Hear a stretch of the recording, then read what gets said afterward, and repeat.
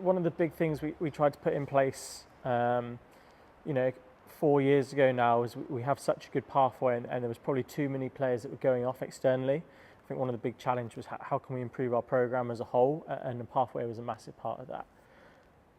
The pride and excitement now to say that we're almost self-sustainable as a club. So actually, if you look, yes, we've retained the bulk of our squad, which we want to do because they're three-time winners, but everyone that's now coming into the squad is coming through the pathway. So to be kind of the first self-sufficient club in that aspect fills me with a lot of pride and a lot of excitement around where these girls could get to with some really good role models in place.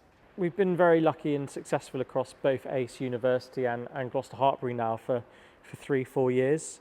I think that kind of success breeds success is true, but I think everyone within it has kind of crossover. So coaches crossover, S&C, medical all crossover, and I think if you're getting it right at the top, it kind of bleeds down through the pathway. And we've got a great group of staff with incredible drive and work ethic that want to get the best out of these individuals, and you know that's what makes them want to stay around the area and be part of Gloucester Hartpury. Is they can physically see it every weekend here, whether we're playing away, they can see the product and they want to be a part of it. It's one thing that we've really been conscious of in the women's side, is making sure we've got a real strong connection with Gloucester. And you know, like I said, there's a lot of crossover. We do spend a lot of time at Hartpury naturally as a bit of a training facility, so there's a lot of crossover, and that's where the Prem Cup plays such a pivotal role for us as a club, is that these young players coming through get an opportunity to mingle and mix in the elite environment and test the waters, a bit of a pressure test for them. So that's where we see whether they kind of come through and can stay with Gloucester Hartpury, or whether they need maybe another half a year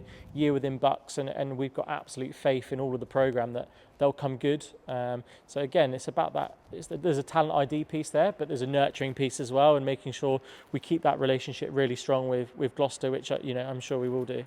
The amount of girls that kind of make their names in Prem Cup is really exciting. It's going to be such a good opportunity, not only for the people that we've mentioned, but for a load of other players that are coming through, not college and university, to really put their mark down and show what they're about. You know, it was very different last year. There was only 2 games. Obviously, we've got a lot more games this year to have a lot more exposure to those girls, and I think we're really excited about that as a coaching group. Just like another really exciting crop of youngsters that they're each going to take their different amount of time to probably get into first team rugby, but just being in and around the environment. So like someone like Seren is still at college. She's been announced in the Wales senior squad, which is an unbelievable achievement.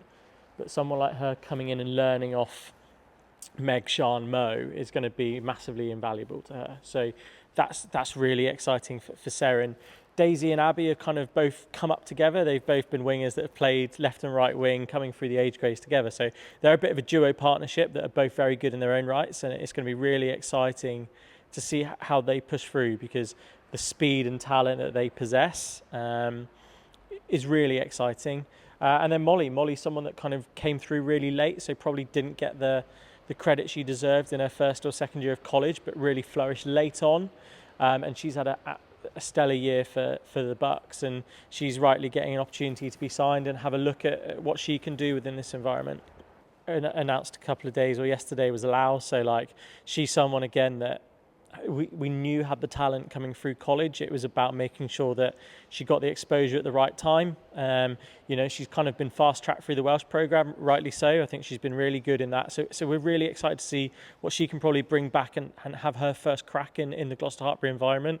You know, working with Zoe, Sam, Beckett is going to be, you know, a different level of learning for her, and I think one she's really excited for.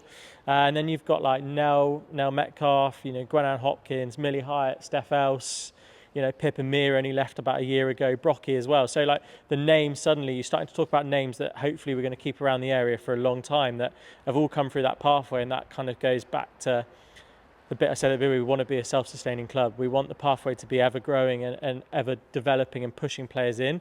And then as coaches, it's down to us around how we manage them and how we get them the right exposure at the right time. And when they get their chance, then it's on them we want to give them the utmost confidence. Like, confidence in rugby is everything. So we want to give them confidence when they get that opportunity. They're ready and they'll take it. And then it's their job to give the coaches a hard time for selection and keeping them around, which they will do. So really excited, really proud of all the girls that have come through our pathway and still around. So, you know, that's a massive credit to Hartpury.